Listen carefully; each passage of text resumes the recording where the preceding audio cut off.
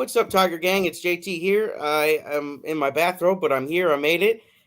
Today we got Diane, we got David, and we got Kerry, and we are going to be talking about cancer and metabolic therapy. What's up, guys? Not much. Doing Not good. much. I'm doing good. Not Yeah, much. you Good to guys see are you guys. doing better than me, that's for sure. Yeah, it's pretty sad. Two cancer patients out looking better than you, JT. Yeah, you guys, the cancer patients are thriving on carnivore so much. They're they're running circles around me, that's for sure. I'm glad about that though. This is just a little cold and it ain't nothing. I'm glad you guys are here. I really appreciate this. This is very important. And I appreciate Kerry for starting this with Jeff. I mean, talk about two class acts, man. You don't know the impact that this is going to make. This is going to be huge. And one day in the future, we might be needing some of this change in the system, when we go to the hospital for something, God forbid, but you never know. You might need the same change that we're trying to implement. So this is very important. Even though I don't have cancer myself, I still feel this is just so important for the people who do and they don't feel well. What are your thoughts, Diane, on your journey? Could you share a little bit of your journey with us? Sure thing. Well, if you don't know my story, I was diagnosed in 2021 and went through surgery, went through chemo, all 6 rounds, came back this past February with increased numbers again. So I came back. And so I had to change my doctors because the one that I was with was just pushing more chemo and harder chemo, and it nearly killed me. I couldn't do it. So now I'm with a different doctor. He's got me on different medication, which is much more easy for me to take. And I'm on the carnivore diet, and my numbers are next to nothing. It's working. So just like Dr. Seyfried said, the medication in conjunction with the right kind of metabolic defense, you're going to see improvement, and I have, and can't get much better than where I'm at right now. Absolutely. It's amazing. I'm so proud of you. David, what about you? Could you give us a synopsis of your story? Yeah, that's a very quick one. Stage 4 follicular lymphoma twice in 2 years. 3 years solid of chemotherapy, culminating in a clinical trial and then a stem cell transplant that almost killed me numerous times. And had complications due to that. Couldn't walk for another couple of years after that. Now 9.5 years in remission. Carnivore diet. I'm on 0 medications now, and very little supplement. All I eat is meat, eggs, and fats, and it has increased my numbers right across the board in just a little over 200 days now into a normal healthy range for the first time in 12 years. So, for me, that's just, miraculous. It's a type of cancer that lymphoma, it starts in the lymphatic system, and it's a reoccurring sort of cancer. So they tell you from the start that it's always going to be there. It's always going to come back. And the more you treat it, the more aggressive it becomes and the shorter your remission periods are. So basically they tell you you're going to need more and more chemotherapy right throughout the rest of your life. But at the moment, the way it's going, I don't ever see me needing it ever again. That's amazing. That's awesome. That's the power of carnivore. And Kerry, we got Jeff in here. Yeah, I just saw him jump on the comments. That's pretty cool. Another thing is, Jeff. like you were saying, JT, this is not just about people who already have cancer. It's about everyone, because, back in the, like 100 years ago, cancer was a very rare disease. Then, like in the 70s, it was like 1 in 15, then 80s, 1 in 10, and 90s, 1 in 8 sort of thing. Now it's just a couple of months ago, they're saying 1 in 2. This is getting worse and worse, and it's going to affect everyone if we don't do something about it. Mm-hmm. That's like pandemic numbers, man, in my opinion. That's worse than pandemic numbers. Yeah. Yeah. And no one's talking about it. How come that's And not no on one's the news? talking How about come it. that's not a Amazing pandemic? too, with the That's right. billions and billions of dollars spent on it. Mm-hmm. With what to Yeah, show for? trillions. The Yeah, numbers have went trillions, up. really. Yeah. Yeah. Oh, you guys still there? Sorry, I just dropped off for a second. You're good, Care Bear. Okay. I was just saying the billions and billions of dollars spent on cancer, and like David said, it's just getting worse and worse. I was just watching, I don't know, it was a news report or something talking about the statistics and how the numbers are crazy right now, and they're expecting it to just go even worse than it is. So yeah, it's absolutely. Well, they keep trying to explain away why this is happening. They keep telling us that we're winning the war on cancer, but year on year the percentage keeps rising. Mm-hmm. They say we're winning the war on drugs too, and you look at some videos on YouTube, like there's literally cities filled with people just like walking zombies. They're high and falling asleep while they're standing up. Like, I don't think we're improving anything because we're on such a bad diet in this country. That's right. Yeah, I mean, and look, I was talking to you about last time, JT. It's I don't know, correlation doesn't make causation, but the introduction of processed foods and these alternate sort of so-called vegetable oils that are actually machine oils in our food has at the same time risen the rates of cancer exponentially. It's just insane. The amount of processed food that people have in their diet as a standard is now a standard Western sort of style diet is nothing short of just crazy. Honestly. Mm-hmm. Just complete garbage, right, Diane? Yeah, and it's started all from, our grandparents' generation. Unfortunately, is whenever it started after the war, and things started getting more and more artificial foods, and in the 80s, man, that was rampant. The fake cheese, the fat-free this and that. It was. Well, yeah, I mean, it started long before that, actually. I mean, when you start thinking about like grain production and things like that, farming, and there's only the poor people couldn't afford to eat meat, so we had generations and generations of people just not developing properly. None of us are fully developed because of the diet that we've grown up on. I could have been a basketball player. Love you, Mom, but I could have been a basketball player. You never know, JT. You never know. Yeah. But they had the same problem. And plus the education system back then was just as corrupt.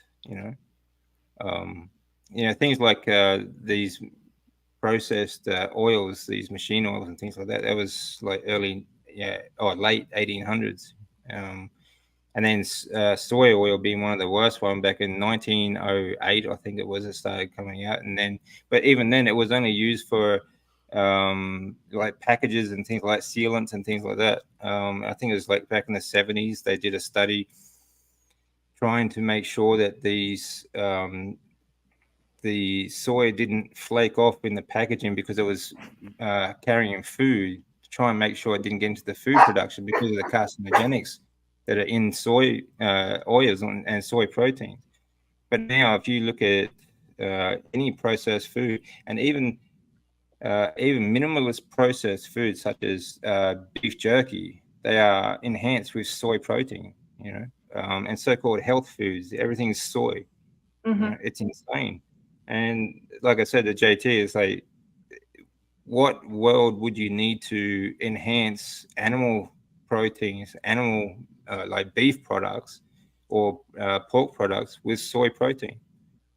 So obviously they actually had to go out of their way to add this stuff to beef jerky and things like that. Now they're going out of way to literally. I mean, look at My son had some mini corn dogs. I looked on the back of the ingredients list. There had to be 300 different ingredients. And the more I Yeah. read, the more I got dizzy, and it just disgusted me. It's like we're putting all this stuff in our bodies, and Yeah. they make it so easy. It's all crammed into one little mini corn dog. It's like Yeah. what is all this stuff, you know? And now our bodies, unlike a couple hundred years ago, have to get used to all this crap in the food if you're eating it, and you're going to Yeah. have all these different reactions. You know, it's the law of cause and effect. So if you put Yeah. something that's got 300 ingredients in your body, you're going to have 300 different reactions going on at once. I'm sure you're not going to feel good at I think all. another good question is, why is a product that has 300 different ingredients cheaper than something that only has one ingredient? Good question. Absolutely. It took more to make. It took thought, man. Like it's just cow, It you takes a just cut them lot up, of you know, but production. the corn dog, man, they really put thought into that junk. That's right. It takes a lot of production, to get that many ingredients into a product. So Yeah. why So is that how cheaper than a quality steak? is that stuff that they're putting in there? How good is the quality of it if it's that cheap to manufacture? Yeah, that's right. It's terrible, yeah. And we wonder why kids aren't fully developed anymore. I mean, I have my son on a carnivore diet now, and I want him to be as big, as strong as he can be. Like Yeah. Dr. Chafee was saying with Kerry, he's going to be a little superhero coming out of the Matrix pretty soon, and we can do that with all our kids. You've Yeah. got a chance now, man. You've got a little kid, and mine are in middle school. It's going to be harder. Yeah. Well, you still got a chance. Jeff's kids, oh my goodness, they're amazing. Jeff was telling me his older son Peter. I spent 5 days with him now, so I got to know him closer. But his older son Peter's 15, and I think he's 6'1", and he is just tearing it, and he's still growing at 15. But he's just tearing up the competition when he's playing soccer and basketball and hockey. Kid plays like every sport. I said to Jeff, I was like, "Do you feel a little bit guilty because he's carnivore and he's basically beating up all of the herbivores out there?" And Jeff's like, "No, not really, not yet." But Yeah. he's still Why should we feel growing, and guilty? right, yeah. Well, I was kind of joking about it, but yeah, he's just totally tearing up the competition and still growing. And it's going to be amazing when you see him because, yeah, like even Dr. Chafee said, Dr. Chafee's been doing this for 5 or 10 years. He did it for a couple years, stopped. But if Chafee was doing this since he was a child, I mean, could you imagine? I can't even imagine it. But hopefully, more He people looked like start the Hulk. going that road. Yeah, literal But it superhero. doesn't matter where you are at in your life. It's going to benefit you in ways that you just can't imagine. Like I was basically spent 5.5 years in bed. It took me years later before I got into the gym. I'm killing it at the moment. Like I'm 50 years old, and nothing is stopping me. I don't. We're not going to have the growth, the benefits that kids had but we can still optimize ourselves as best we can. Yeah. Yeah, absolutely. Jeff is a testament to that too. Jeff's my age; he's 43. But one of the most remarkable things he said when we're filming him for the documentary was he's never felt better than he does now, and he's as old as he's ever been at 43. And he's got stage 4 cancer, and he just did chemo like a couple days before saying that statement. And he's not even exaggerating because I spent 5 days with him. Adam and I could barely keep up with him. So it's like carnivore for cancer is one thing, but it's just a testimony just for anyone. Yeah. Pretty amazing. Yeah. My father, I took a video of him. I had to the other day. My mom was getting work done on her horse's arena. And so my husband and my dad are out there shoveling, moving rocks, moving railroad ties. And this is my dad. He's in his 70s, and he was suffering from prostate cancer. And I was worried about his health. I was worried that he was going to die. And he bounced back as soon as he was done with his treatments and started carnivore. He bounced back. He's healthier than I've seen him in a long time. And he's out there working, and he's perfectly fine. He was out there working today, as a matter of fact. How old is your dad? My dad is born in 52, so he's in his 70s, early 70s. So Wow. yeah. My gramps is 93. He's had cancer before, colon cancer and one other type of cancer, but he's 93 and he's on keto and he's just killing it. Excellent. That's awesome. Mhm. I, Yeah. I Have him love over every weekend. He's a ball of energy at 93. your videos with your grandpa are always fun watching JT. I love hearing those comments. I get so many on my channel because one of the first people I had on was Carnivore Ron, and he's an older gentleman, I guess. He's not old by any means, but I got so many comments after that from people 60s, 70s, and 80s just thriving on carnivore. It's so cool to hear that. Give them food with it. Well, just a healthy, clean diet too. You know that I recently just came back from Japan, and yeah, because I just wanted to tell people this BS about blue zones. You know, Japan loves meat. Um, and you know, my father-in-law is 71. Every morning, he does from 5:30 to 7:30. He does a fast-paced walk around the city, and then he goes to the park and he exercises with a whole group of other people that they do every morning. You know, and it doesn't matter what season, like even in snow, it doesn't matter. They still do it. It's amazing, you know. And like we went for a walk with myself and my wife went with him one morning, and it was difficult to keep up with him. My wife actually had to run to keep up with him at times. You know, it's impressive. You know, they eat a lot of meat. Every meal is meat based. He still has his vegetables and rice.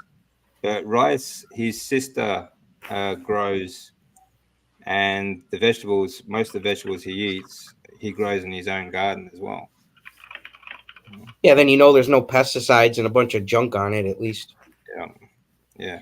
Yeah, we got a question here. Could someone read that for me? I'm a little far away from my Sure, computer. I got you. Has anyone noticed the conflicting messages we're getting from ads on carnivore channels? Breakfast cereals, sugary drinks, fast food, even vegan and vegetarian options. Hmm. Yeah, I think I've seen maybe a little bit more of that. Lots of fast food stuff, and I don't know. It seems like I'm seeing more too of people like having lots of cheat days or dropping off a carnivore and trying this and going off plan. So I think I've seen a little bit more. What about you, Diane or David? Well, from what I've noticed, if you click on any kind of uh, video that the topic is food, if you're talking about meat, YouTube's going to assume, because it's just a dumb machine, that you're interested in food. Let's show you ads about food, and they're going to show you the bad junk, because there's Yeah, no well, no advertisements for ribeyes and yeah, that's true. I But love it. yeah, they're all part of the problem as well. I haven't actually seen a lot of that. Honestly, I don't really get to watch a lot of stuff, on YouTube and whatnot. I'm sort of busy doing other things, but yeah, I can see that happening quite a lot. Yeah, more towards the holidays. I think we're going to be seeing a lot. I don't know how many like cakes and candy kind of Yeah, all the holiday food advertisements stuff, I've seen lately. party Yeah. food. All the pies in Whoville. Party food. Now, if you guys want to do a fun experiment, you could turn on incognito on your YouTube app and then type in carnivore, and then you're going to be surprised at all the vegans bashing carnivore videos that come up now instead of guys like Kerry, instead of guys like Dr. Barry. They don't want to put that stuff out there because they're too inspirational, but I'm just telling you guys, try it yourself. I guarantee you more than half the videos that come up when you type in carnivore diet on incognito, it's gonna show vegan stuff. So I've been noticing it too. I Mm. don't doubt it, but it's, Well, I that's what think they're trying to push, you know. I think it's just a lack of Bill, knowledge. Hey, Bill. we got Bill up in this piece. What's up, dude? Bill.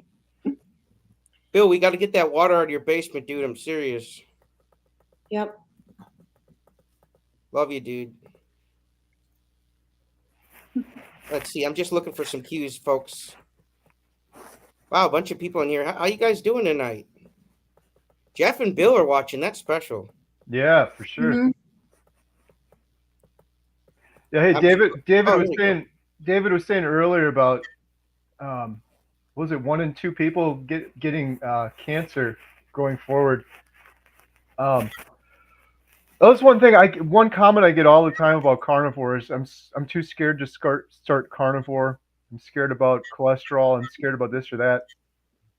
I really think people should be more scared and more fearful about To not start. chronic inflammation and sugar and what happens if you don't do carnivore, or what happens if you continue doing what you did, because it's just getting worse and worse out there. It's so weird how all that's normal when you look around and everyone's sick and fatigued and chronic inflammation, cancer's going through the roof, obesity, diabetes, but they're worried about doing what we're doing, and meanwhile we're all healthy and thriving. It's kind of a crazy world. It really is. It's upside down. But it's something that's been normalized over generations. Decades and decades of utter nonsense. Garbage education. So much of it on TV. Everything you watch you watch a movie, they're always eating pizza and cake and things like that. It's just everywhere. So it's just something that's been normalized. Now they're trying to normalize obesity as a just a genetic thing that you should get used to. And be That's proud the of. same thing. Yeah, that's right. That just breaks my It's just heart. another way of saying like this fat acceptance sort of thing. It's just another way of saying like sick acceptance. Yeah. Accept. Obesity is a metabolic problem. It is Not something that genetic. no, that's right. And it's not about looks. It's not about vanity. It's about health. It's Exactly. you see these people who are not just morbidly obese, but just sick, so sick, and Yeah. they've got these shows, these reality shows based on these people, and they are supposed to be proud of how they look and everything, and these people, they have so many comorbidities because of them being so overweight. And like I didn't realize that my liver enzymes were elevated until I was doing blood work back in February. They were elevated, not terrible, but now they're perfectly normal. And I'm a healthier weight. It's all just getting better, and cancer's going away. It's like, being that overweight, you're going to have all this inflammation. You're going to have so many more things going wrong in your body. And it's not about vanity. Like I said, it's about your health. It's about your longevity. Exactly. Yeah, of course it is. Yeah, and that standard American diet is literally like a nursery to take care of cancer and to feed it and make sure it grows. It's terrible, all the sugar and what it's doing. Yeah. That's So right. we got a question from Jasmine real quick, David. Is that okay? All right, yeah, right. You want to take this one, David? Is it? How do you approach your local butcher about questioning them where they get their meat without feeling like you're interrogating? Yeah, man, take the GoPro, put it right in their face, man. Interrogate them. Where is it from? Is it on the side of the road? Yeah, my local butcher shop is very nice. That's something you really should check though, because like where I used to live, actually closer to the city, I actually saw my butcher buying all his meat from Costco. Oh no, dude! They actually buy their meat from Costco, then they take it to their shop and resell it. Right? Yeah, it's just nuts. So it's something you should find out. But you don't have to interrogate them. Just befriend them first. Like just get into a conversation. Chit chat and just like so how do you actually get your beef? Like what helps me is letting them know I'm on the carnivore diet. Then they know, okay, this guy's just obsessed with meat. He's not like one of the health inspectors. Like, just tell him you're on the carnivore diet and that's all you eat is meat, and you want to know something about the meat. And I guarantee if you mention you're on carnivore, they're going to give you a pass because they're like, okay, we got a meat freak here. Yeah. Well, And I there's mean, nothing wrong with that. the guy I go to now, is a really nice guy. But when I told him I'm carnivore diet, all I eat is meat, he's got to looked at me funny, like, "Are you serious?" You know. Last time I went up, I got a couple of kilos worth of fat, and he's because he just gives it to me. It's no harm to him. So, um, and he says, "Do you make your own sausages or something?" Do you? And I'm like, "No, I just eat the fat."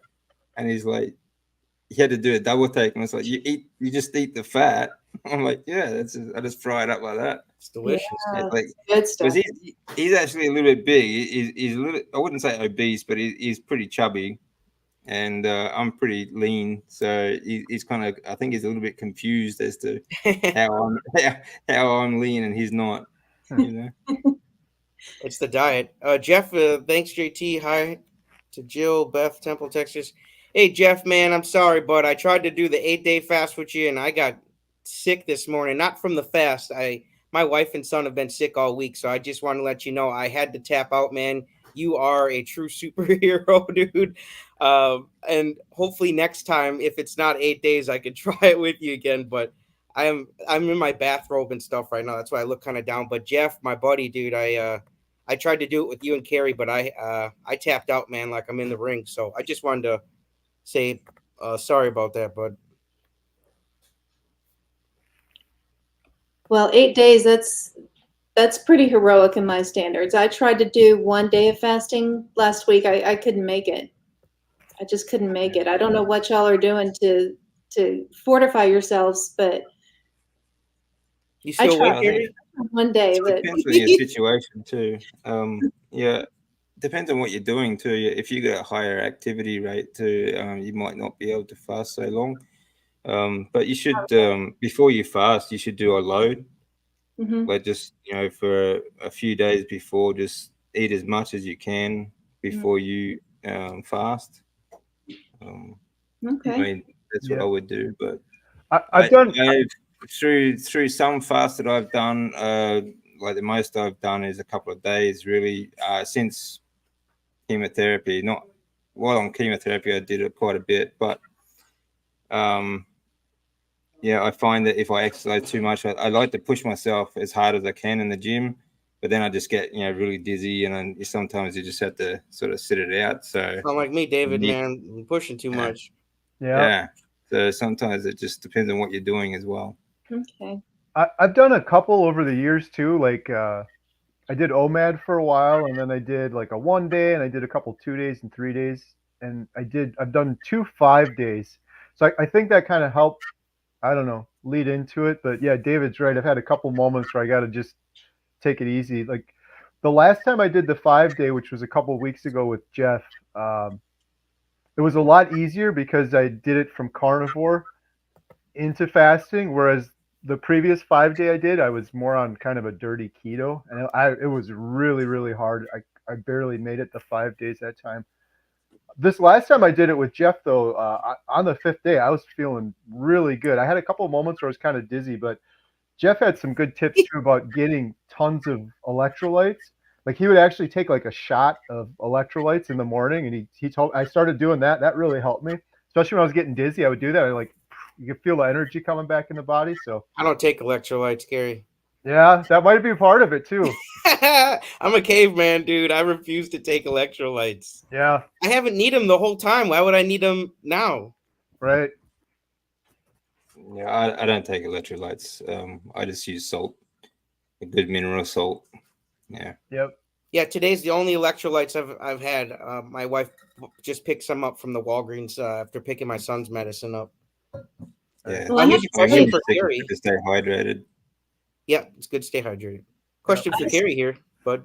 Oh, here we go. Oh, One for thank you Caribou. so much. $10 super chat. D's. Will the Healing Humanity shirts become available in tall sizes? 3XLT for those of us still on our carnivore journey with leptin producing belly fat. Let me look into that. We just use this third-party site Spreadshirt, I think it's called. So if they offer that size, we should be able to get it for you, no problem. I'll double check on that one. I used to need all the fat kid sizes, man. If it wasn't 3x or bigger, man, I couldn't hang. So I've been trying to make sure I got all the sizes on mine too. Spreadshirt's very very nice. If anybody else there, you have your own T-shirt designs, just a little tip for you guys. Some you just I put up still your wear designs. 3XL actually. Have you tried Spreadshop? No, what's No. that? Yeah, you just upload your design and then choose what type of products you want it on, whether it's like tote bags, hats, Oh, okay. water cans, t-shirts, hoodies, baby bibs, and then Oh, whatever okay. they order, they print it on that and ship to the customer, so you don't have to buy all this stuff and have a million different things laying around your house for Oh, that's good. inventory. Hmm. Yeah, I'm fine. One hope for all. I'm fine. I'm just sick today, but I didn't want to let these guys down and not do the stream. So, when you're passionate about something, you make it happen. Yes. Okay. Here. Just looking for cues, guys. If you ain't got a cue, it ain't getting showed. How many individuals with blood cancer do you come across reverse their cancer diagnosis with carnivore way of eating? Well, Have you I met am any doing it. David? Yeah. No, I mean, honestly, people around me don't even know that I'm sick, or that I have cancer. I don't tell anyone I go to the gym with or anything like that. The only people that know I'm sick, obviously, is my oncologist, my family. But I have been working on my oncologist, trying to get him on the carnivore. I'm not sure there's much he can do because he works in the hospital system, but I'm sort of working on that. But as far as other patients and stuff, I don't actually hang around other cancer patients. Yeah, you don't want to Um, catch it. no, I just Oh, it's the vibrations, the negativity. yeah, Like it's the some people mindset. don't go through it as Yeah, well as you two. yeah. It's the mindset, and so I mean that's why, and it's been so long since I on my journey. Really, that's why it took me a while to get on, start actually talking about it. But mindset wise, I pretty much keep to myself. I go to the gym and I make sure I get my stuff done. I try to focus on what I want to do. You know, I try not to think about the illness itself. Yeah, exactly. That's what I do too, pretty much. I don't really watch anybody else's stories that are suffering from cancer because I just feel like, unless I know them personally, there's nothing I can do really to help them except go down into their comments and who's going to be, oh, this crazy woman's telling me I need to be a carnivore, Yeah. You got to But focus on your own health, right, Diane? mhm. Yeah. Yeah, but as far as cancer types and treating, reversing cancer, I think Dr. Seafried was saying in Kerry's video about how cancer's cancer basically, and as long as you treat it metabolically, it should be the same kind of situation that Yeah. because mine was ovarian, my dad's was prostate, and um, everybody has all these different cancers, but cancer's cancer. Yeah. And Yeah, that's right. I mean, for me, the biggest thing is looking after your lymphatic system and, starving the cancer itself, like Dr. Seafried says, exercising and, I mean, reversing the blood cancer is exactly what I'm doing. The carnivore is, before I started it, even though I was in remission and I was doing quite well for 9 years, my markers right across the board were still at least 20 points below a normal healthy range. Now they are all inside their healthy range. And, you know, I'm on zero medications. I'm feeling that's not the only improvement I've had either. It's also reversing the damage, or helping me recover from the damage of so much chemotherapy as well. Yeah.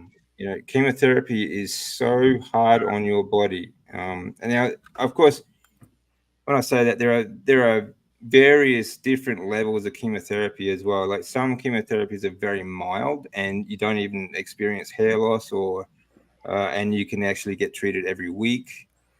Some of the chemotherapies will absolutely destroy you, and they can only do it every 3 weeks to a month.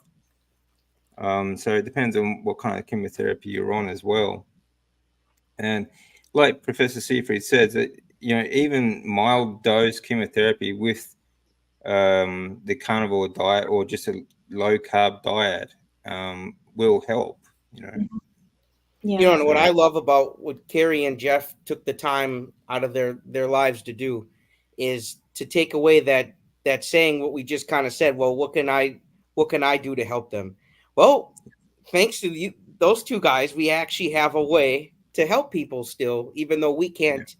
I can't go to the treatments for them, but we can sign this petition. And shout out to everybody who signed the petition so far. I'll have the yeah. link in the description here if it's not already, but it's got the cancer action plan on there, and it is just one of the coolest things I've Well, I ever think seen, man. yeah, This I is a think game one of the changer. actions that people can take for themselves though is to um, know for themselves how they can treat it as well. They don't have to just listen to the doctors. They they have a responsibility to maintain their own health as well. And I think if just creating awareness of that fact will help spread a lot further. Hmm. Um, it's one thing to say, okay, do this and force change is good, but I think the more people that start treating themselves or start being at least a part of the treatment rather than just the passenger, start sitting in the driver's seat themselves so they know what direction they're going in, um, then at least that way that change will happen. Hmm. Yeah, that's one of the biggest things I've heard talking to a couple of people diagnosed with cancer that have had success is you got to take it into your own two hands. You got to do your own research. You can't just listen to the doctors and rely solely on what they say. You got to learn about your specific type of cancer and really take control of things. Yeah, And you know, and it's there's. I'm sorry. Go ahead. no, you're right. I was just going to say it's also we, I think, have a bit of a responsibility to talk about our story. You know, Yes. I'm I'm I'm not looking to gain a ton of followers or anything, but I want my story at least out there so that somebody else can, whoever's going through cancer in the future can look back and say, "Oh, well, this girl, she was able to help herself by doing this." So, Yeah, maybe, I it certainly feel like does help. Diane, I want you to have 1 million subscribers. That way, I know there's at least 1 million people who heard your story and can change their lives. And a lot of these people, I'm sure you guys might be able to relate. A doctor looks you in the face and tells you like he's God how much life you got to live or how long you're going to last. That is just, and I've got so many words I could say, but I'm not going to say them. That is just, it's wrong to tell people that. Your book smarts you don't know anything. You don't know anybody's willpower. You don't know their spirit. You don't know their faith.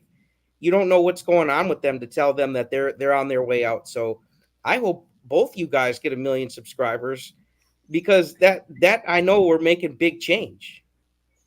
Well, I hope Yeah, you I do. mean, yeah, I hope we do. I mean, doctors they can only work on numbers, really. That everything, their education is all BMI. It's all, and a lot of it's all corrupt stuff. Like it's all made up garbage. But it's also very difficult to convince people of that. I got But what I some. was going to say, what I was going to say is, it's not just do your research, get yourself in the driver's seat, you also have to be able to understand that everyone reacts differently to treatment.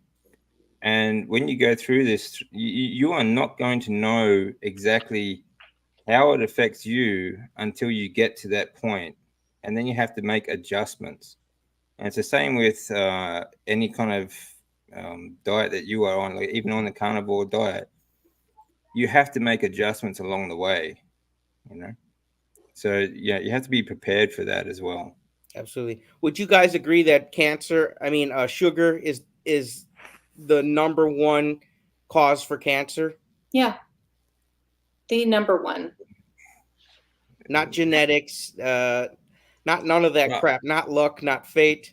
It's what we're eating, what we're putting in our bodies. And man, well, I'm I so would glad say, Jeff stood up and said that he caused his cancer, because that's what's going on. And I'm not like getting on him or nothing. I just think he's a very brave and honest person. And I think that statement is going to bring a lot of soberness to a lot of people and say, well, if I caused it, I can undo it. Hmm. Like just because you break something doesn't mean you can't fix something. Like you have the power. You got to empower yourself. That's step one of the action plan. Love it, yeah, dude. Yeah, yeah, yeah, I just sugar. want to say to people all the time is, yeah, you may feel like you're broken sometimes, but anything broken can be fixed. Um, Absolutely. I mean, cancer feeds on sugar. Right? Hmm. I would say it's one of the biggest causes. I would say the other biggest cause would be the all the so-called seed and vegetable oils, so fake vegetable oils that are in processed foods that are in just everything at the moment. That is, you see, the problem is your lymphatic system is designed to absorb vitamins and minerals through, from like water soluble and fat soluble vitamins and minerals, proteins, uh, and that lymph fluid carries your white cells, which develop into T cells later on. Now, it doesn't it doesn't it doesn't differentiate between fats. So, if you feed it a poisonous machine oil like vegetable oils, you're going to poison your lymphatic system, which is going to cause mitochondrial damage. Okay, so you get diseases and things like that.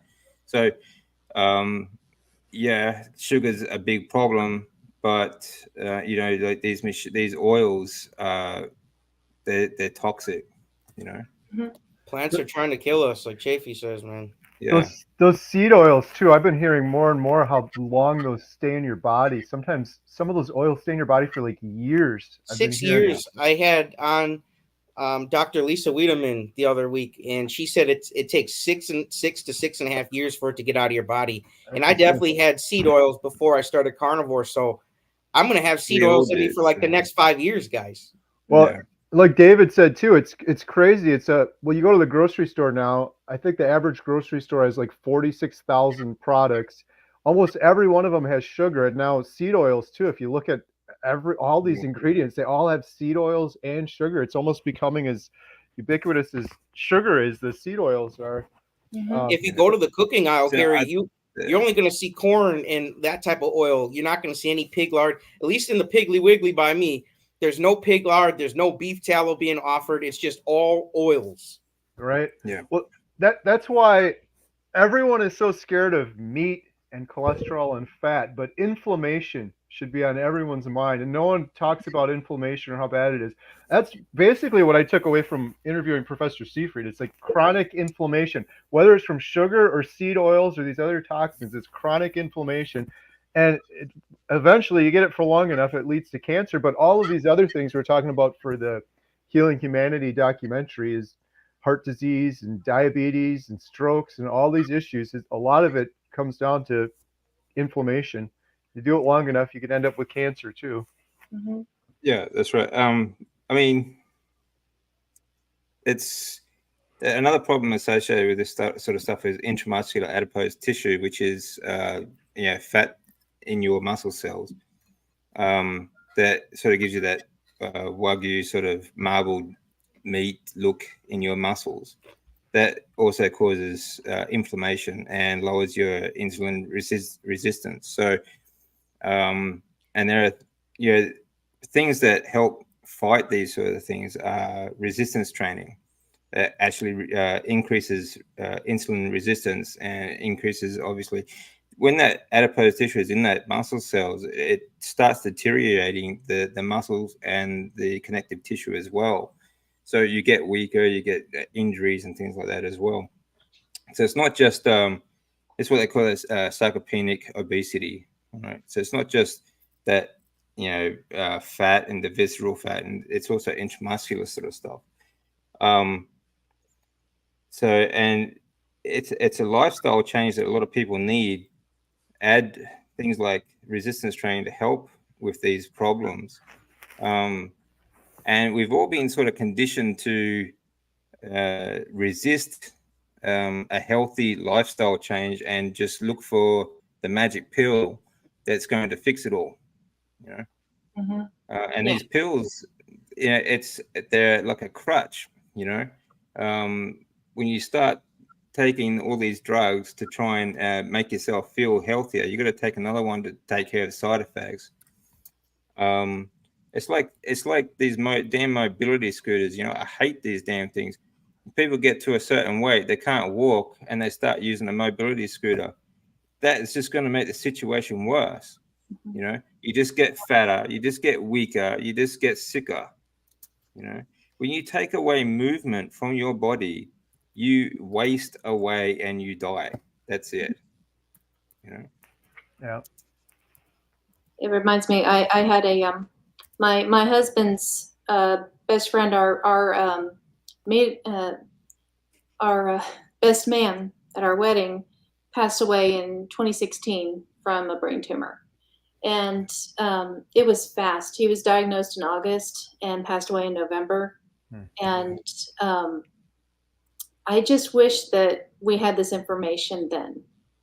All of this information that we have now, I wish we had it then. Then we could have been around, but whenever he was sent home to hospice, we could have been doing so much better for him.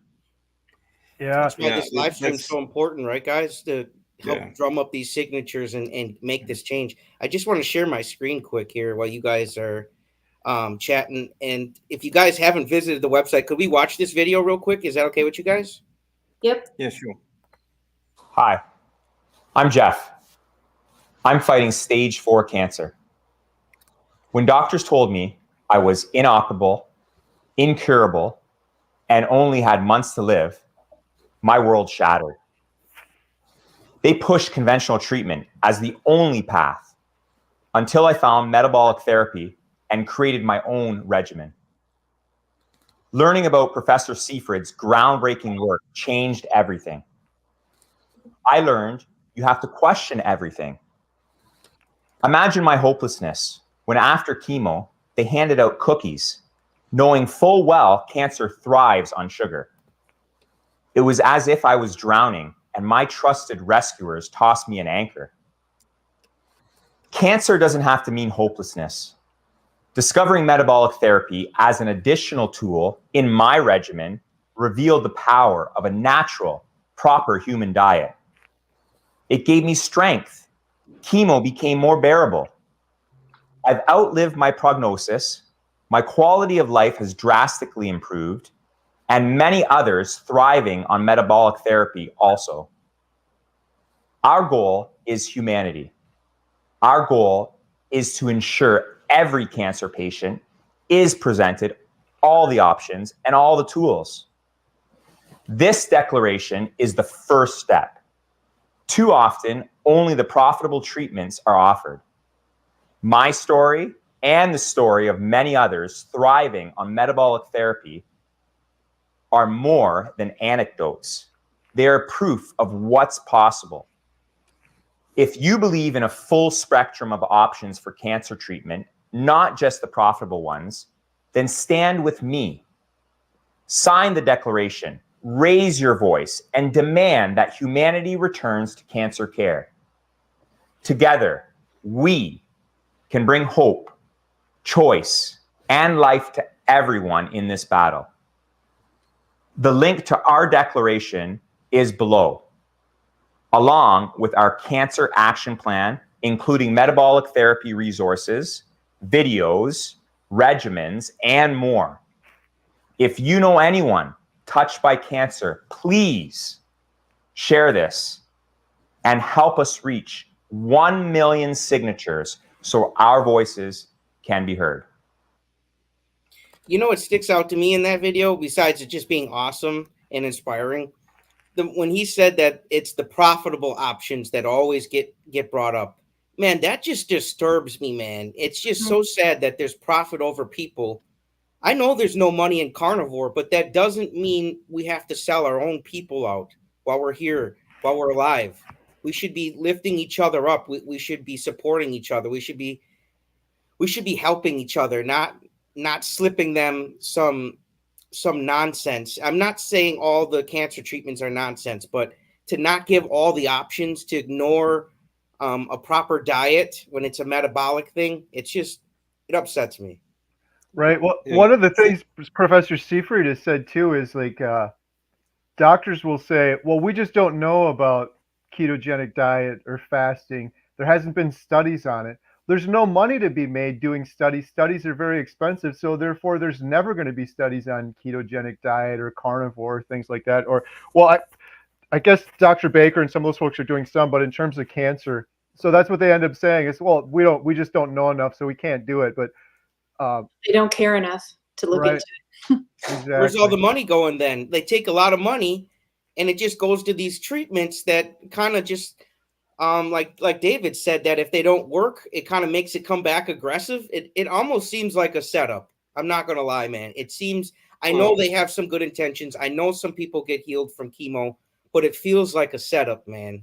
Yeah, but it depends on your perspective. Like, okay, from a corporation perspective, okay, there's obviously some very sinister stuff behind all this, and they know the damage that they are doing, and but that's a whole other podcast that we could talk for days on. But when it comes to caregivers, most of them, 9 in 10, I would say, they do care. The problem is they just don't know. It's not that they deliberately, like when I was going through treatment, okay, they don't realize that the steroids that they put you on, the medications actually feed the cancer, feed the tumors. Do they don't know? know. It's sad, man. They Yeah, I should know, know. but it's not. They should know, yes, but it's not in their education, so they don't know. It's sad, man. How can you treat someone when you don't know what you're doing? It's almost like malpractice to me, man. Like, how could you be Well, that? yeah, I'll get to that in a sec. But it's the same with nutrition. They don't understand the nutrition either, and because of their education, they think they're doing the right thing. So, like that. I mean, the whole reason I got sick is because I trusted my education as well, and I trusted the education on dietary guidelines that that says you have to eat lean meat, you have to eat these certain foods, and the problem is, I mean, at the time I didn't know this. Of course, now it's different, but the problem is when you're working especially in the public hospital system, you don't really have a lot of time to go and research these alternative treatments. And I think the biggest problem is that they trust their education above all else. Yeah. So the problem is in the education. It's not it's not that they deliberately feed us sugar and the wrong sort of treatments. It's just that's what they know, and that's what we have to change. Yeah, what did you say? 1 in 2 now people are getting cancer? Like Well, what that's what point they're do we hit? predicting. Yeah. What threshold do we hit where we start reevaluating? Where progress is measured, your progress increases. So, That's right. if you got to look and say, okay, we are not making progress, like the cancer keeps going up each year. Like there's at some point someone's got to, most people will do an evaluation of their results come pretty soon, New Year's. They'll look and say, Yeah. okay, now I need to make New Year's resolutions. These people should not be, it doesn't even seem like they're looking at the numbers every year. They're just not looking at them at all. It feels like to me, when they should be evaluating what they're doing. It's like Tom Brady when he watches footage, after he plays a game, he's evaluating his progress, and he's going back at it, and he's trying to improve. And I feel like at what point do we hit when they start wanting to evaluate what's going on with this cancer treatment and want to Well, the system is a big problem as well. When I was on medications, my oncologist would have to, before he could give me a script, he would have to call an accountant to make sure that he was allowed to give me the script. So an accountant is almost an oncologist was actually asking if he could give me this medication too. He's asking an accountant. It's disgusting. It's I think a prior authorization over here in the States. And I needed a prior auth too on my medication. Yeah, it's disgusting. Yeah. It is. Now, that's not to say that the medication would have done anything, but the fact that the system is set up that way is just wrong. It should not come down to administrators and accountants keeping track of how much these medications are going to cost, sort of thing. No, it should be tailored to the individual. What's going to work for them? What can they do? What can't they do? What do they feel comfortable with? That's why I love this cancer action plan to start. The option should be there, and they should tell people about this, even if the person doesn't choose to do it. The option should be there. Yeah. Thank you, Jill. Well, hopefully we can get people to, help prevent anyone actually having to go through the treatments. If we can just get people healthy before they get sick, that would be a great goal, because that's how we fight back. We stay healthy, we get stronger and optimize ourselves. We don't have to put up with the medical system then. We become independent. Absolutely. When you are on a heap of medications, you are dependent on the pharmaceutical industry. When you are healthy, when you are drug free, medication free, you are independent and you can live your life again. Yep, that's true. Freedom is to have the power to be empowered by yourself, right, Kerry?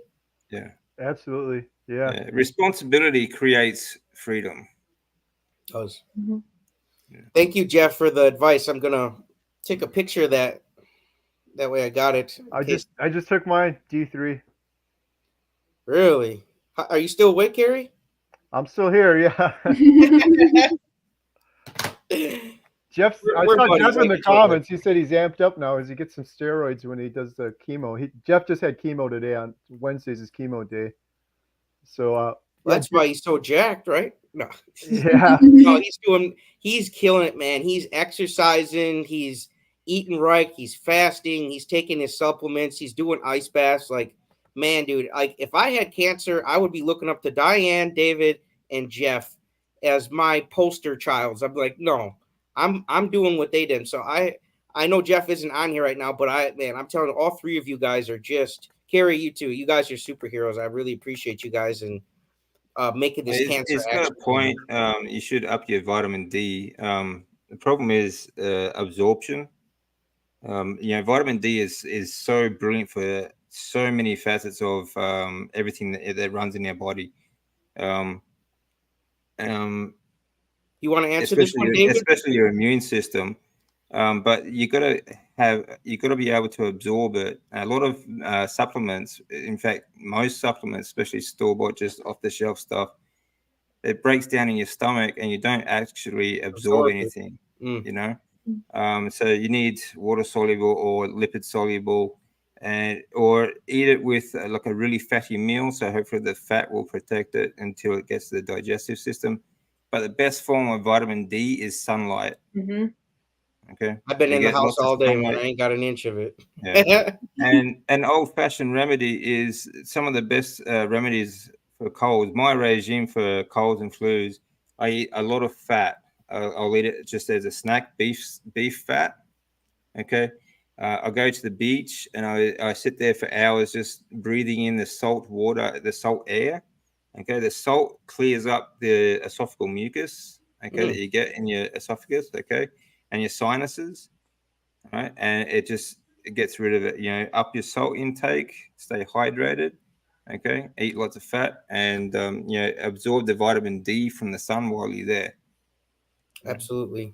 Yeah. Here's a question you guys want to tackle. This one, Diane, what are you having for Thanksgiving? What's on the menu, girl? Okay, well, I'm sorry, by the way. My video is very splotchy right now, and I thought you were really just still. I was like, wow, I she's just yeah. quiet. I don't do to fix this. Sorry, guys. You're all good. We can hear you. So yeah, tonight my husband is firing up the smoker, and we're putting on brisket and Let's ribs, go. and then we're going to my brother-in-law's house. We're handing over the reins tomorrow. We've hosted in the past, and so they offered. We're like, absolutely, go ahead.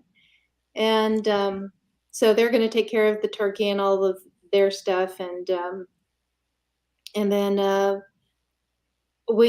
my sister bought me a carnivore. Well, I'm going to use air quotes. You can't see me right now. I'm using air quotes. I'll do them for you. Yeah, thank you.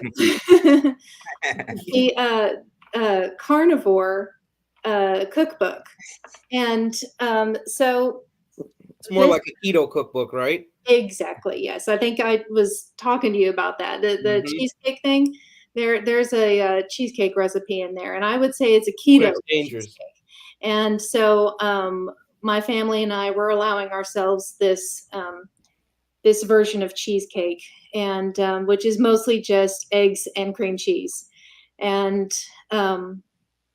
so, but that's the only little, I guess you could call it a cheat. Little And naughty thing. a It's little not bit of even naughty, super yeah, a naughty. little dirty keto or however you want to put it. But that's what we're allowing ourselves. But mostly it's just gonna be turkey, ribs, and brisket tomorrow. See, even though you're kind of indulging partially, you're Mhm. you're going to be successful at it because you're setting a limit. You're like, hey, this is my limit. I'm not going to have all this other stuff and the cookies and the booze. Yep. I'm going to have this carnivore cheesecake and you guys can kiss my ass. Exactly. Yep. And no booze, like you said. I actually quit all alcohol back in April, and Good so for you. yeah, I've been drinking since I started carnivore. yeah. And I quit smoking pot on day 27. I got so high off of ribeyes. You know, Oh, my buddy here, he posted a short video and he was like, man, I'm getting high off ribeyes. And I laughed. I was like, this dude's crazy. And then I was like, man, one day I smoked a bowl. It did nothing. And then I ate the ribeye and a different day. And I was like, dude, I got so much more just euphoric feeling off of the ribeye. I was like, I'm done smoking. That's out of here. Nice. Here's what I'm having for Thanksgiving. water. Hey, unless you tap out, man, I hope you just play it safe. Hey, just be careful in your morning when you're doing those videos, man. You go Superman, and if you're lightheaded, you might just fall in the grass and no one's back there. Yeah, no, I'll tap out if I start feeling weird or off, but I think I'll be okay. It's going to be interesting at Thanksgiving because a bunch of families coming over. And if I was just doing carnivore, this family that's coming over would be giving me a hard time. Oh, you're just going to eat meat. And now I'm going to not even be eating meat. I'm just going to be drinking water. So they're really going to get fired up over that, I'm sure. Wow, But you like poking them in the eye, don't you, Kerry? I love to. Yes, You know, absolutely. I made a short today saying that I tapped out. You know, I got sick and I can't do. Man, they were calling me weak and a quitter and all sorts of stuff. I was like, whatever, you guys. I'm freaking sick, man. Right. Exactly. They'd be doing the exact same thing. Exactly. And what did you do? 2 days? Almost 3? 58 hours. That's a lot. That's a long time, especially that was your first fast, right? No, I've done 36 hours. I do them 36 usually. Then I did a 48, and then this is my 58. This is my longest one. But I would keep going had I not gotten. And I've only had 4 eggs today. It's not like I went hog wild, but right. I would keep going if I didn't feel so dang lightheaded from whatever cold or whatever I have. It feels like the Rona. Unfortunately, when I had that, I was sore everywhere. So I don't even want to get tested. I'm just gonna let it pass. And right. Hey, JT, David, in terms of someone said in the comments too, I'm going to ruffle some feathers for the family. The only reason I say that too is because this family came over a couple of weeks ago, and they're giving me a hard time, first of all. But I don't really care. But also, they're all just eating this horrible food the whole time, and then they're complaining the entire time, like, "Oh, I got my back is hurting, my shoulders hurting." I'm like, you're eating all this highly inflammatory food, and then you're having inflammatory pain, and you're complaining about it. So I don't feel bad for them at all. You got some good eggs over there, though. I met them. I took a picture with. Was that your cousin or something? Yeah, I think so. Yep. So they're good eggs. David, what's on the menu for you for Thanksgiving? We haven't heard you yet. But we don't have Thanksgiving in Australia, mate. Oh man, I know you told me that already. I just can't get used to it, man. What next? They Yeah. can take away Christmas? Yeah, Christmas, but we just it's usually just me and my wife for Christmas, so it'd be the same food. I'd just be eating steak. Let's go. When it comes to these holidays and things like that, I mean, it depends on how serious you are about carnivore diet and what situation you're in. I really don't think you have to worry too much. It's not going to kill you to have a day of fun with your family. But having said that, if you are sick or you're gonna have long lasting, you're gonna have the next few days, you're gonna feel a bit off. So really, is it a treat or is it cheating if you indulge in that stuff? It's not really a treat if it makes you sick, is it? Right. No, I don't. That ain't no treat for me, man. I'd rather have the trick, in my opinion. You guys got. I want to respect you guys' time. Do you have time for another question? Sure. Yeah. Who wants to tackle this one? One hope for all. I think this is your subscriber, Kerry. Sandra, hey, what about ivermectin? Have you heard, or anyone on the panel or viewers heard of ivermectin for treatment of cancer? It's been said that cancer started from the waste of parasites and worms. I've heard a little bit about this, and I wanted to ask Professor Seyfried, but we ran out of time. Well, so I don't know. Maybe David knows more. Yeah, actually, that's stuff I found years and years ago. Actually, ivermectin, HCQ, they've been using in trials for all different types of cancer because they are award-winning antivirals. Okay, they are actually on the WHO list of essential medications, and they've been used for many decades actually.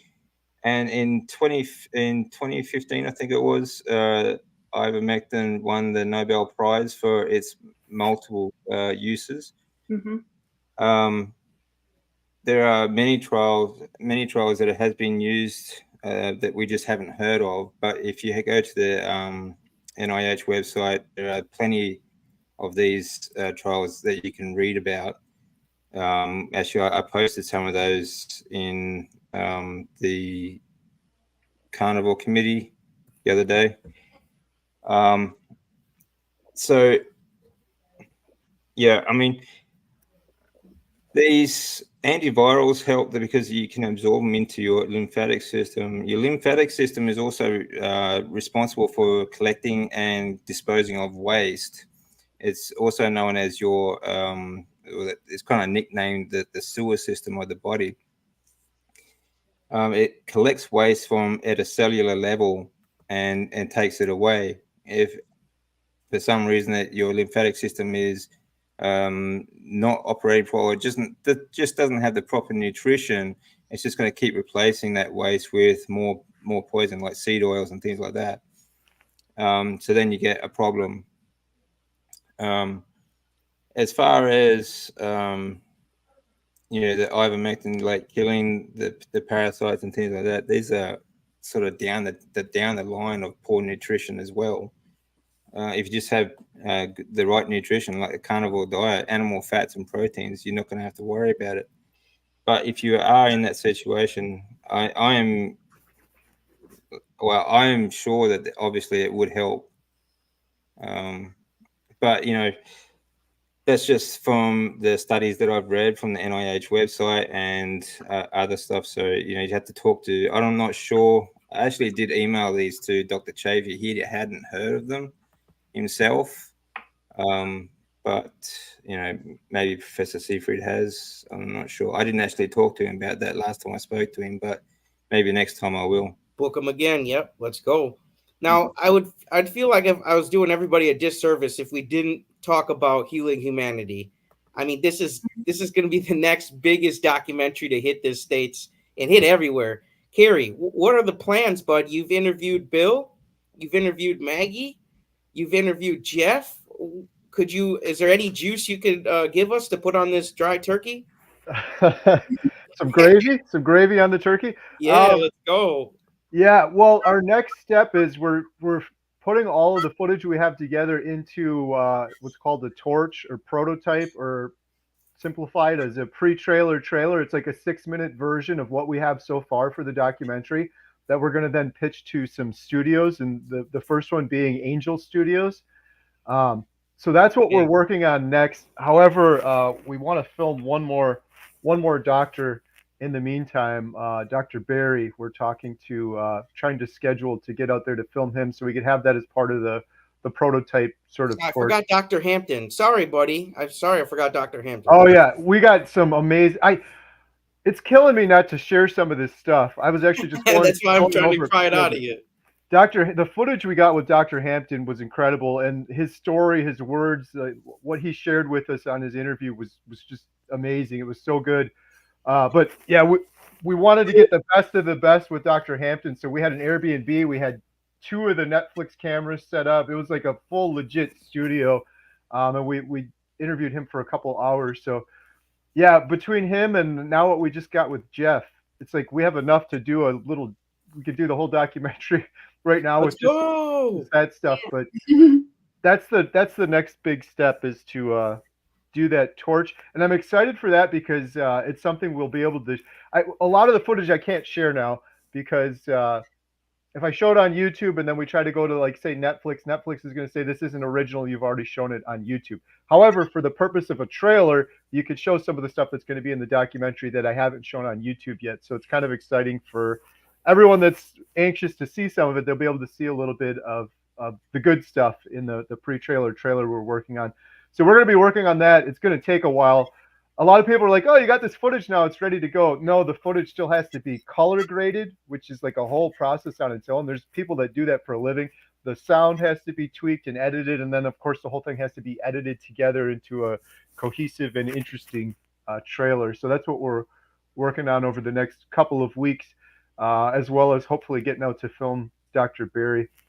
Will you be filming any footage for follow-ups? Like follows up on Bill and Jeff and everybody, like a year that out? Should be like at the end of the documentary where it's like, where they do that with movies. They're like, so-and-so has now gone on to start a company, and then you're right. like, oh, okay, everything's turning out good. Yeah. Well, Diane, good question. Absolutely. In fact, Bill, we were going to just film Bill at the beginning and then at the end of his journey, but I want to film him in the middle as well, like around 6 months. So I was already talking to Bill about that, and going out there in wintertime in Alaska, because I was out there in summer before, and winter in Alaska, it can be depressing, especially if you're just stuck in the house. So to gather some of that. So we're planning on doing that. So 2 more trips for Bill. And then, yeah, for Jeff, again, Adam and I were just talking. We'd love to do, I wish we would have done this already, because when we filmed Dr. Hampton, we did the big meetup in Chicago, which was just amazing. It was so much fun meeting all these other carnivores, and Dr. Hampton came out to it. I wish we would have done that with Jeff. There wasn't enough time. Like, we filmed Dr. Hampton in Chicago. Adam and I drove 7 hours to Canada and then filmed Jeff. We would like to get back. Adam, Carnivore Today. Yeah, shout out Adam. We'd love to go. We're planning, well, we haven't scheduled anything, but we're planning. We would like to go back by Jeff and do a meetup near him.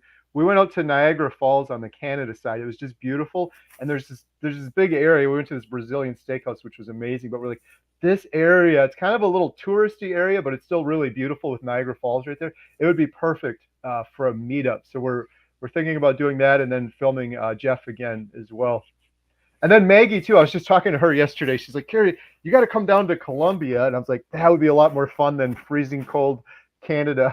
Like, because she just made it down to Colombia. If people don't know that, she has her place in Canada, her ranch, and she has one that her and her husband just purchased, I think, a year ago in Colombia. It's like a coffee farm. They farm coffee beans. And she just made it down there. So would love to maybe go down there and do an update with her down there as well. Oh, One- that sounds cool. One hope for all. Jeff, I signed the petition. Thank you guys. I like seeing comments like that. Kerry, this is a good question, I thought, before you go, bud. Oh, good one. Jennifer, thank you. Jennifer, Texas Carnivore. Does Dr. Seafried know about this project you guys are doing, the Cancer Declaration? I bet he can share with people that don't know about it and would sign it. Man, great minds think alike, Jennifer, Texas Carnivore. I was just chatting with Professor Seafried about 2 hours ago. I emailed him and so this whole thing, shut up, Professor Seafried, was sort of his idea. When I interviewed him, I said, how are we going to change this? Like, what are we going to do to change this? And he just looked in the camera and he said, it's never going to change unless it's grassroots and us individuals do it from the ground up. The hospitals are never going to do it. There's no money in it. The colleges, they're never going to do it. So that was how this all sort of came about. And then Jeff and I were like, let's do this. And when I come, we can film your video that you guys just watched and we can put this together. That was the biggest frustrating thing, I think, for Jeff is he's told it's just so hopeless. You have stage 4 cancer, inoperable, incurable. You have months left to live. Go do chemo and that's it. No plan, nothing else. He's like, I just wanted to have a plan, at least something. So that's how it all came about. So yes, Professor Seafried knows about it. And I was so happy he emailed me back today and he said he shared it with a bunch of his colleagues and students. And we're going to be doing a follow-up with Professor Seafried as well, and filming him in the documentary. That's what I was hoping you'd say, buddy. Yeah, and he said today, because I was like, oh, we've been doing like Airbnbs and having people come in. He's like, potentially we could just film him right at Boston College, right in the lab there. So that would be even better. Yeah, so exciting stuff. That's awesome. Yes. Yeah, Secret's, he's brilliant. He's really good. Yeah, I really enjoyed David. I watched the interview you did with him too on your channel. It's really cool. Yeah, he's such a nice guy too. He's just really generous. Yes. Just listening to him, I just love listening to the way he teaches about this stuff. He's just absolutely brilliant. Yeah, and you could tell by just talking to him, he's so passionate and fired up, and his heart's in the right place. You know, some people have other motives and biases and things like that, and he's just genuinely wants to help people and get this word out. I could sense the frustration in him too. Like, listen, I've been talking about metabolic therapy for years and years and years now, and it's shocking that this is news to so many people. Jeff was talking about, I think, was it Jeff, saying that he asked his oncologist if he knows Professor Seafried, and the guy didn't even know who he was. It's like craziness. Yeah, it's crazy. I do like this mindset that Jennifer's got, that there can be carnivore for companies with their employees at their highest working potential. I love that. We got to get them to see that, though. We got to get them to see that. Well, yeah, for some companies, I mean, there's a lot of, there's a lot of stuff behind all this, Yeah, one thing I'll be doing, Ashley, I mean, I love surprising my my oncologist. Like when I first met him, he gave me 2 months to live. There's no operation I can do for this. There's nothing, no cure, but I'm still going. So next time I see him, I'm going to give him a book, one of Professor Seafried's books. Give him that book, bro. Yeah. So. Tell him read up, man. Kerry, look into GCMAF. Do you know what that is? I think I've heard about that. It's a type of cancer treatment or immunotherapy or something, but I'm not that familiar with it. But I'll take a closer look or talk to Jeff about it. Round 34 today, Jeff. Wow. That's amazing, dude. And I like too that you guys are literally in the best health probably of your lives, man. And you guys have cancer. Like, my coach would always say, sometimes the worst things in life set us up for the best things that'll ever happen to us. And I can't picture a better thing than getting your complete health back. And not only getting that back, but just telling them, stuff it, man, if you think I'm not going to last. Right, Diane? Absolutely. Yeah. That's right. No, Jim, thank you, bud. Thank you, Jim. Appreciate it. Cool. I'm just checking. I think we're all to the bottom of the list, you guys. Kerry, thank you for dishing out some juice on healing humanity. I know it's a big thing on a lot of people's minds, and it's going to change so many lives. And part of that too, I love how you're incorporating this cancer action plan in the whole thing. Like, this whole project is just such a godsend. Okay, we got to get to this one here. Jill, thank you again. My 8-year-old is on ketovore. That's her preference. She prefers meat over everything else. That's awesome. You're helping people with other conditions too. I appreciate your stories. I hope the best for all of you. Thank you, Jill. Appreciate it. Good job. Yep, this is one of the last ones here.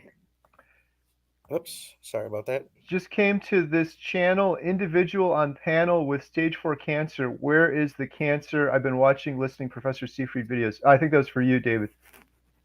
Okay. Okay, well, my cancer is follicular lymphoma. It's a type of cancer that's recurring. It's pretty much you have to deal with it the rest of your life, depending on how long you have it. I've been stage 4 twice, in 2012, and while still being treated, again in 2014. I am in remission now, complete remission. The main tumor I had wrapped around my aorta is now nothing but scar tissue. It was at first the size of a football, and it crushed other organs around it. So, which is, as a result, I only have one kidney. So they tell me that I'm in remission. I still have follicular lymphoma, but all my blood markers now are inside a normal healthy range. I'm on 0 medications, and I'm still dealing with some of the some of the side effects of chemotherapy, such as slight brain damage and things like that, because I was just cooked. But healing well. So they keep telling me like it's still there, but it's my blood markers just keep going up and up and up. So I don't really think about it now, as in my situation. So I would say they won't let me say it's gone. They won't let me say that I'm sort of beating it, but I am beating it. Yeah. I mean, how long do you have to be going now for them to say, oh, I think I mean, 99 and they're like, yeah, you haven't beat it yet. Come on, man. Give me a break, dude. I think I'd have to live to 150 and die of a heart attack, and they might say, okay, I've cured it. Right. But you see, the thing is, if I get to the point where I can say I've cured my follicular lymphoma, I'll be the first one in history for this disease. Let's do it. There's never been, and no one's ever survived this particular lymphoma, because it does keep coming back. Some people have a long remission period. Some people don't. Like I didn't. I was still on treatment when it returned to stage 4. But I'm fit. I'm healthy, and as far as I feel cured, and I feel like it's just improving, and even the side effects from chemotherapy, which were numerous, I am reversing. So, Diane, do you feel cured? Well, I think it's going to take a little while longer for me to be where I'm at, for me to feel cured, because I have only just now seen the numbers go down to 0. So it's going to take a few years of this, and then I will feel cured. I'm looking for you to putting out the video and you're letting everybody know, like, I am cured. Now, this is the last question of the day, you guys. Then we are going to get rolling here. Who wants to take this one? Diane, do you want to read this one? I can't see it. You'll have to read it to me. Oh, okay. How do you share with someone who has cancer about carnivore fasting? YouTube channels like yours for healing. I don't want to overstep, but I believe it's so healing. I would share the video in a text message and just say, love you, thought you'd be interested in this. Mm-hmm. I mean, what's offensive about that, Yeah. Well, a personal experience. I ran into a coworker who had just come back from being off of work since January, trying to treat her cancer, and she was gone for so long, and she just came back to work and didn't hardly recognize her. But we gave each other a hug. We both knew what we both have been going through, and so we felt a kinship there. And I felt safe enough to say, "Hey, you know what? I think I think you should look up Dr. Shafee and Dr. Seafried and Dr. Kiltz, and I want, let me write down their YouTube." And I gave her yours, Kerry. And I said, you really should watch some of these videos and see what you think about it. I think maybe a little bit of familiarity with the person before you go up and say, hey, you should change your diet, you know. But yeah, it's as long as you, I think, have a good rapport with somebody, then you can bring it up. That's a good point, Diane. Like, people don't like to be told they have to make a lifestyle change. Like I said before, they all want the magic pill. Mm-hmm. So I think just creating awareness, showing people there are options, there are better ways to do things, and let them come to it on their own. You will, like, that's how something grows, and if you look at people like Dr. Chafee and Dr. Baker, and that they're not forcing it on anyone. They're just showing them the results of so many people that have had success on this journey. Mm-hmm. That they're showing the data, they're showing what you can do, and that people are just coming to it on their own. Absolutely. I did miss one question. Jill, she signed the petition. Thank you. This one I'm assuming is for David, and then we'll let Kerry go because he looks a little tired. Oh, I'm good. Hey, I'm the one laying in the bed, and I'm making fun of you. So, right. David, you want to take this one? Yeah, sure. The first thing I started doing, because of, as going through treatment was so hard, but the clinical trial almost killed me a few times, and I had blood clots and all sorts of things got wrong. The stem cell transplant was an absolute nightmare. I had an infection. I stopped breathing numerous times, and I lost about just over 42 kilos in a 2-week period, which is about 100 pounds, just over 100 pounds. My body was so frail, brittle, and dried out. I looked like jerky. I couldn't stand up. I couldn't move. So I was in bed for another 2.5 years. I couldn't breathe.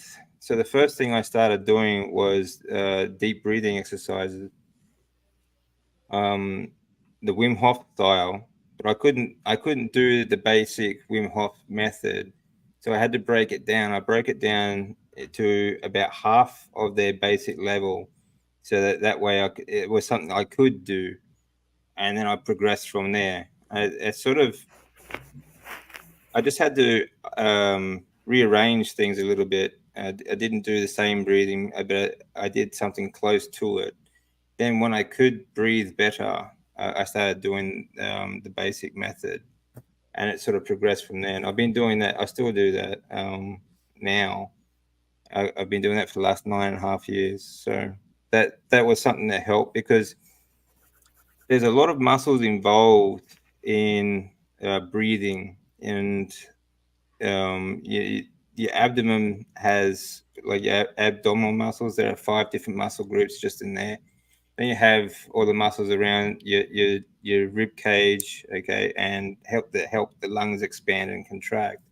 See, my muscles couldn't do that at the time because they were so dried out and brittle. It felt like needles being pushed through me every time I was breathing. Okay, so this is something I really had to work on.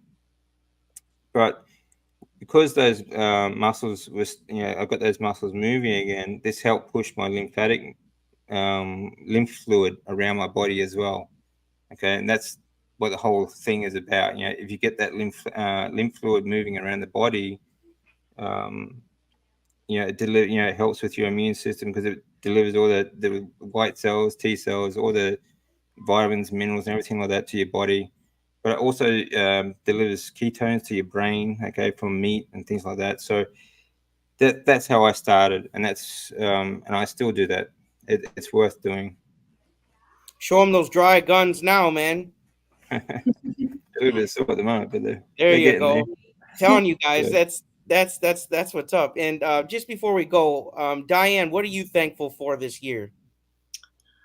My life. Yep.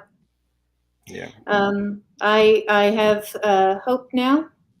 You know, heck of a lot more hope than I did back in March, and yeah, I can see my future now, and So beautiful. doesn't look so bad. What are you thankful for, David? Much the same. You know, like on follicular lymphoma, I spent much of the last 9 years just living blood test to blood test. You know, every blood test could be that time they tell you it's back. But and so I've never planned more than or any further than my blood test. You know.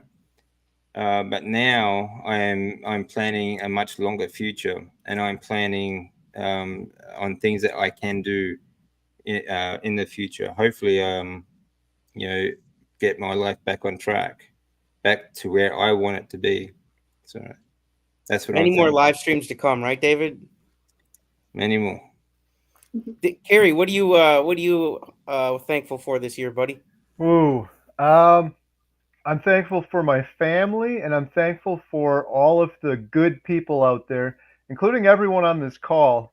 David, Diane, JT, taking their time to share their stories and inspire people. Jeff, all the good doctors, Dr. Chafee, Dr. Baker, all these, man, so many good people out there. I'm thankful for all of that and sharing these stories with people. It's so powerful. I can't imagine being diagnosed with cancer, like some of these folks we're talking to today, or like Jeff, and then having the power and the man, just the energy to go out and share your story with other people, just to try to help people, just because you're a good person. It's amazing. So I'm thankful for all of that. Absolutely. I'm thankful for my family, and I'm thankful for my health, because if it wasn't for my health, I wouldn't get to hang out with my family, and I wouldn't get to meet a bunch of cool people like you.